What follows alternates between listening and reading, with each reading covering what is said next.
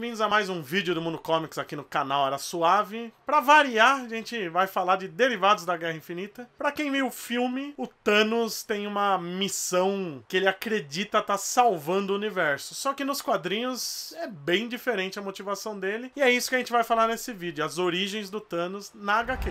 Dread it. Run from it. Destiny still arrives.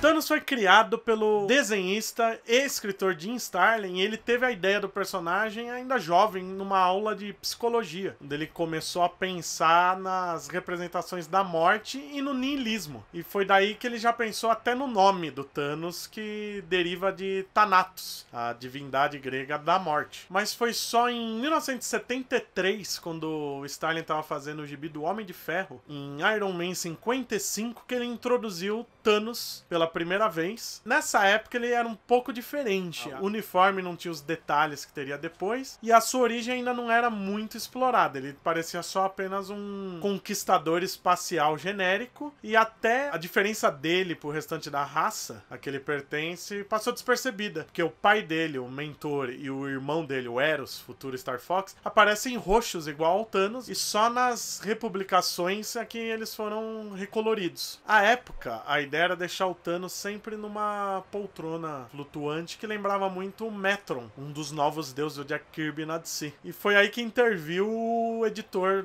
do gibi na época, que era o Roy Thomas. Falou na lata pro Starlin: se é pra imitar um dos novos deuses, já imita o maior deles logo, Darkseid. E foi isso mesmo que aconteceu. Até hoje o Thanos é comparado com o Darkseid, com toda a razão, porque ele realmente foi baseado até certo ponto no visual do Darkseid. A partir daí, o Starlin levou o Thanos pra praticamente todo o trabalho dele, que nos anos 70 sempre envolvia sagas espaciais. Primeiro ele fez do Thanos o grande inimigo do Capitão Marvel, e depois do Adam Warlock. E foram nessas histórias que a gente vai conhecendo mais sobre a origem do Thanos, descobrindo que ele veio de Titã, uma das luas de Saturno, e ele deriva da raça dos Eternos, que é um experimento dos seres cósmicos chamados Celestiais, com o DNA humano. Eles criaram a raça dos Eternos, que são o ápice da evolução humana, e os Deviantes, que eram monstros, que era como se fosse o restolho do nosso DNA. O Thanos nasce um Eterno, só que com uma derivação do DNA deviante, o que explica o seu rosto monstruoso. A mãe dele tenta matar ele logo bebê, isso já vai revoltando o personagem, que cresce sempre sendo maltratado, e na adolescência ele já se apaixona por uma mulher misteriosa que ele acaba descobrindo que é a personificação da própria morte. A partir de então ele começa a cometer assassinatos, vira um pirata espacial, é exilado do seu planeta, e segue assim até que ele vira grande inimigo do Capitão Marvel, do Adam Warlock, e confronta algumas vezes os Vingadores também. Embora o filme que ele esteja sendo dos Vingadores, nos gibis ele não é um inimigo tradicional da equipe. Ele é um inimigo de todos os heróis da Marvel, mas é mais centrado no Capitão Marvel, no Warlock e mais tarde no Surfista Prateado.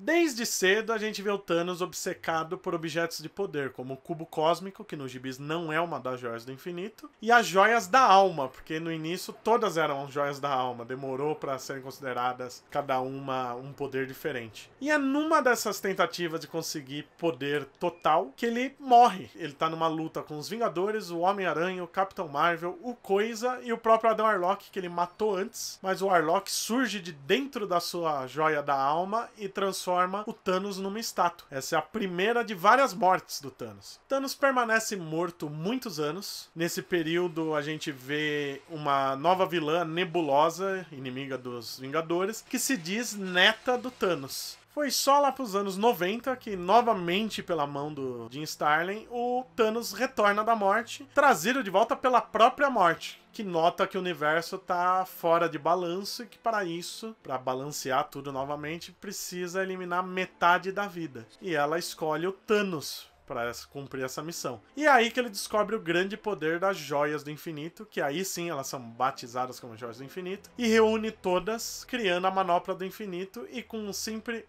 estalar dos dedos, apaga metade da realidade. Isso acontece primeiramente no Gibi do Surfista Prateado e vai desenrolar na saga Desafio Infinito, que é a grande inspiração pro filme atual. Só que nessa saga acontecem algumas coisas. Em primeiro lugar, o Thanos renega a Nebulosa como neta, dizendo que nunca teve filhos. E em segundo, o Thanos acaba sendo derrotado até com certa facilidade para alguém que tinha todo o poder do universo. É então que ele descobre que ele mesmo não se acha merecedor de tal poder e se sabota sempre que ele consegue. A partir de então, o Thanos se torna praticamente um anti-herói. Ele fica desiludido com a morte, porque ela dá as costas pra ele quando ele tenta eliminar toda a vida do universo só pra dar uma puxada de saco na amada. E ele se dedica mais a evitar que outras pessoas tenham esse poder do que a dominar ele mesmo. Com o passar dos anos, até mesmo das décadas, o Thanos vai caindo no papel de um vilão mais lugar comum. Ele é retratado mais como um conquistador. É aí que eles introduzem a Ordem Negra, que já nos anos 2000, que nunca tinha aparecido antes, e são seguidores devotos dele. A gente descobre que ele teve vários filhos e ele ataca os planetas tentando matar esses filhos. Um deles está na Terra, é um híbrido de Eterno e Inumano, Tane, que acaba se virando contra o pai. Já sem estar só nas mãos do Jim Starlin, embora ele ainda faça muitos trabalhos com Thanos, o personagem perdeu o foco mesmo. Ele às vezes é retratado como um conquistador espacial, às vezes eles esquecem que ele não tinha mais interesse na morte, tá todo apaixonado de novo. E atualmente ele tem uma revista mensal, que a gente tá vendo ele enfrentar uma versão mais velha dele no futuro, que domou o Hulk, tem como arauto um motoqueiro fantasma que na verdade é o Justiceiro. E são nessas revistas mensais que a gente descobre que o nome real do Thanos não é Thanos, é Dione, um nome bem estranho que também contradiz todas as histórias originais, onde mostrava que o nome realmente era Thanos. O último grande feito do Thanos numa história grande, na verdade é uma história que ele nem era o vilão, ele faz uma breve participação na Guerra Civil 2 e mata o Máquina de Combate. É isso aí, essa é a história e vida de Thanos, o primeiro de seu nome. Deixe o seu like, se tiver alguma dúvida, deixe também, é claro que a gente não falou de tudo, porque senão o vídeo ficaria enorme. Se inscreva no canal e visite o mundocomics.com.br.